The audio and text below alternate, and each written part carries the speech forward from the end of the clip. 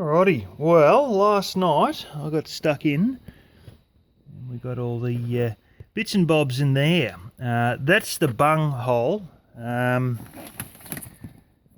your rubber cap for it. The exhaust is about here somewhere, so none of these are really close to the exhaust. That's been the jack mount that presses hard against the bloomin' air conditioning ducts, and I don't like it, and you can see where it's sort of dented in the bottom there. Basically, long and short of it is these two are going to be wound up, and this one's coming out through that hole. Now,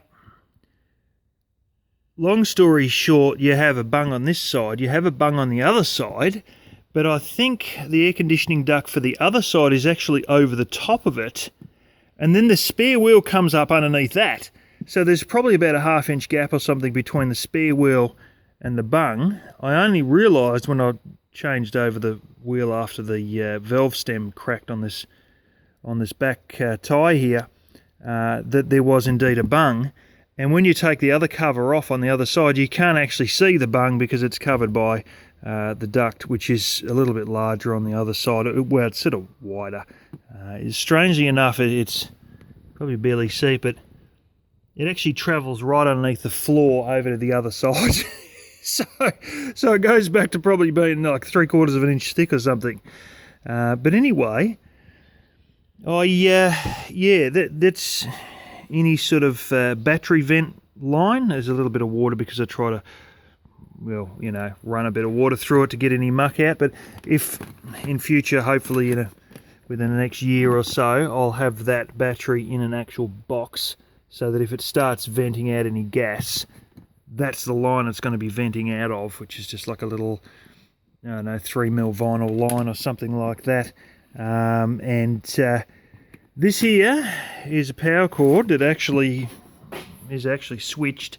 That's off one of those like 12-volt shower things, and I thought, if I get a shower on the back of this, and I'm really trying to avoid getting a cargo hitch, and I think I can get a bike rack, I'll have to go down to the DMV, so to speak, and get another number plate, because you need to stick a second number plate on the back of a bike rack. And I could have the bike rack sitting here, and I reckon we're going to try and look for one that we can make mounts up and mount a water tank on there, because I've got a 60 litre, that's a 25 litre, and I've got a 60 litre, and I reckon between that and a couple of U-bolts that I've got that'll go around this stuff, we can make a little platform, and we should be able to get a shower.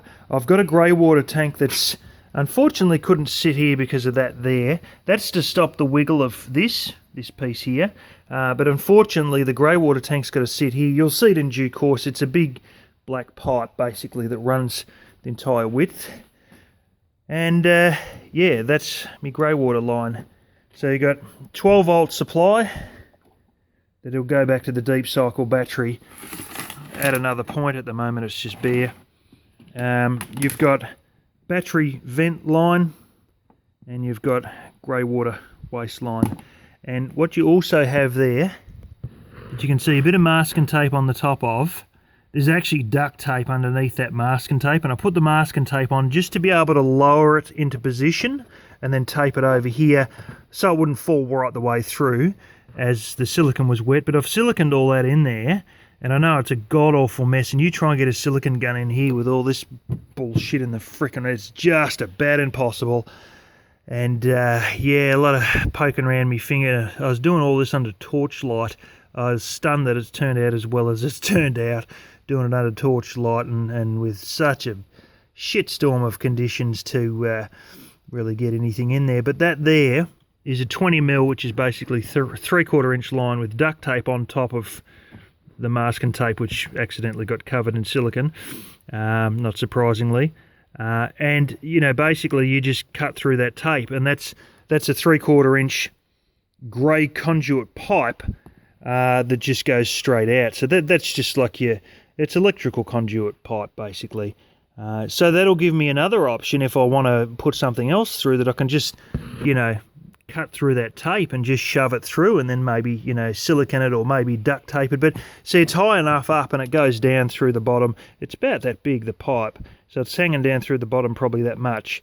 There's not likely to get much mud up through there, so I might just be able to, you know, get some duct tape and put it over the electrical line or the water line or air line or whatever that I may decide to put through that in future. And, you know, a month later or a week later I could take it all back out again. It will be a shitstorm because I'll have to remove the freezer and the bench, and I've got to you know, wrap these up, put this through that one, put that back on, put the freezer in, and then put the bench over the top of it. And I'm going to try and get rid of these, you know, I had strings that run up to here. I'm going to try and get rid of all that and actually just have probably a bit of aluminium railing or something similar to the foot stuff here, and, you know, have that go back off of the bed frame, because I've had the strings on there and it just, you know, I think some of those marks might be caused, but it just rattles, and you're driving along down the driveway and it's like glong, glong, glong, glong, glong, and I've got that foam tape behind it to sort of sponge it from hitting the cover, but it's rattling the whole fucking time. It drives you nuts. And I'm like, you know, I can solidly secure it to this, so I'll probably do that. And here's what I almost forgot. But that's your new foot setup, and that works quite all right.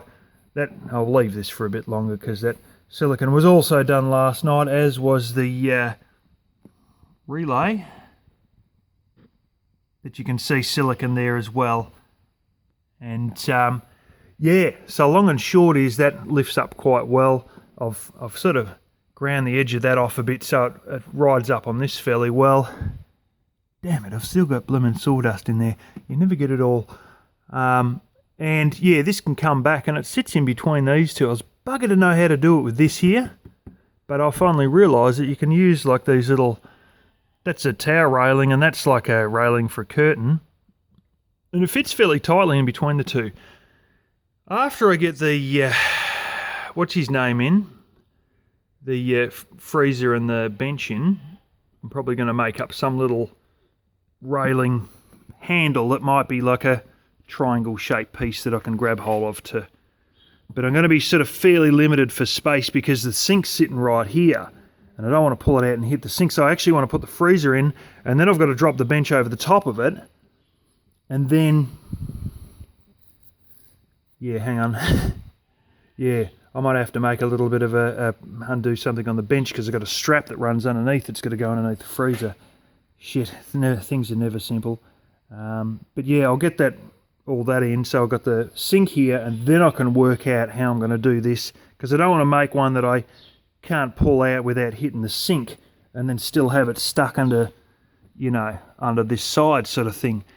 So anyway, that's the little circus there. It's I've also got to notch out a piece of the blooming bench to be able to put the plug in. And just to make matters even more complicated, the plug isn't going in like this. The plug's actually got to go in like that. So, oh shit, it never ends. But this is this is the first time, and I swear black and blue, if there's a second time, you know, things would have been worked out a lot more and yeah, pre-thought a bit more. Unfortunately, I could never get I had planned to put the freezer under here, but it's just too big a freezer, and you know, my nose would be literally touching the roof if we could fit the freezer under here. But yeah, the whole bench thing might be very redesigned in due course in future, but it is what it is, you know, and we do what we can do. And you know, to have a bed and breakfast on wheels is a real is a great thing, and we're also pretty highly restricted in space here. And you know, it really, when you're in a minivan and you've got a, you know, reasonable size spring mattress that doesn't fold into 3 pieces, and you know, you got a 40 litre freezer, and you've got a dual burner steel, you know, you just, oh, you get to the point you start struggling for space and things get a little bit complicated. But anyway, it is what it is, and yeah.